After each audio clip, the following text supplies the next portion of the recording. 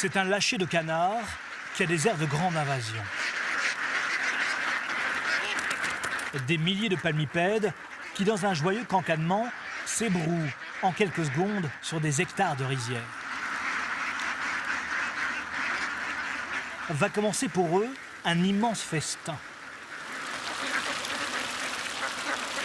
Au menu du banquet, escargots, vers de terre, insectes et toute autre bestiole qui ravage habituellement les plantations de riz. Car ces volatiles ont un énorme mérite pour la production de riz en Thaïlande. Ils remplacent les pesticides, engrais et produits chimiques. Ces armées de canards nettoyeurs sont devenues la norme dans les campagnes du royaume.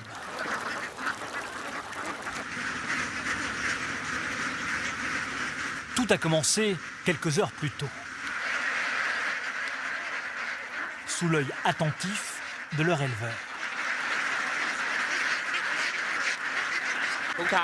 C'est toujours la même chose. Lorsqu'ils terminent dans un champ, on les emmène dans un autre champ. Donc quand c'est fini, on utilise le camion pour les emmener ailleurs. Au total, j'ai 20 000 canards, mais on ne les met pas ensemble, on les sépare par petits groupes. Pour ces 4 000 canards, cap vers une nouvelle rizière. La Thaïlande est aujourd'hui le 3e exportateur de riz dans le monde. Et au milieu des plantations, il n'est plus rare d'apercevoir de grandes fermes de canards. Dans le pays, ces palmipèdes sont surnommés les chasseurs des champs.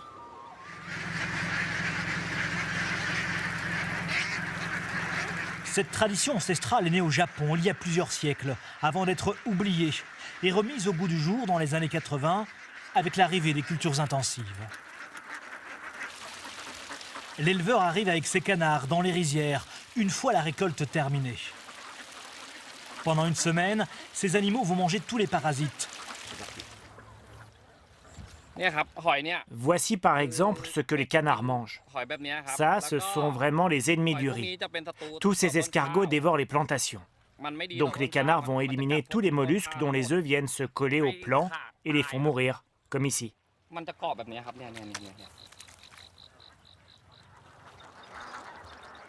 Pour cet éleveur qui revendra ensuite ses canards pour leur viande, cette technique lui permettra d'économiser tous les frais de nourriture de ses animaux, soit plus de 70% de ses coûts d'exploitation.